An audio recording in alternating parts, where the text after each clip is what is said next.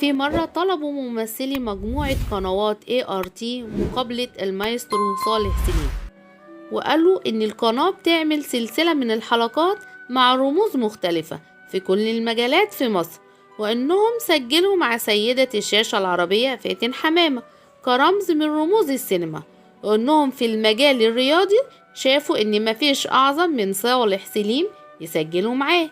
فصالح سليم سأله وقال له هي فاتن حمامة أخدت كام في الحلقة؟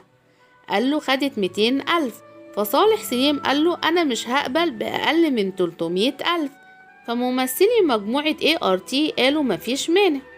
فلما وقعوا العقود وجي يكتب الشيك، فصالح سليم قال له انت بتكتب الشيك باسم مين؟ قال له باسم حضرتك.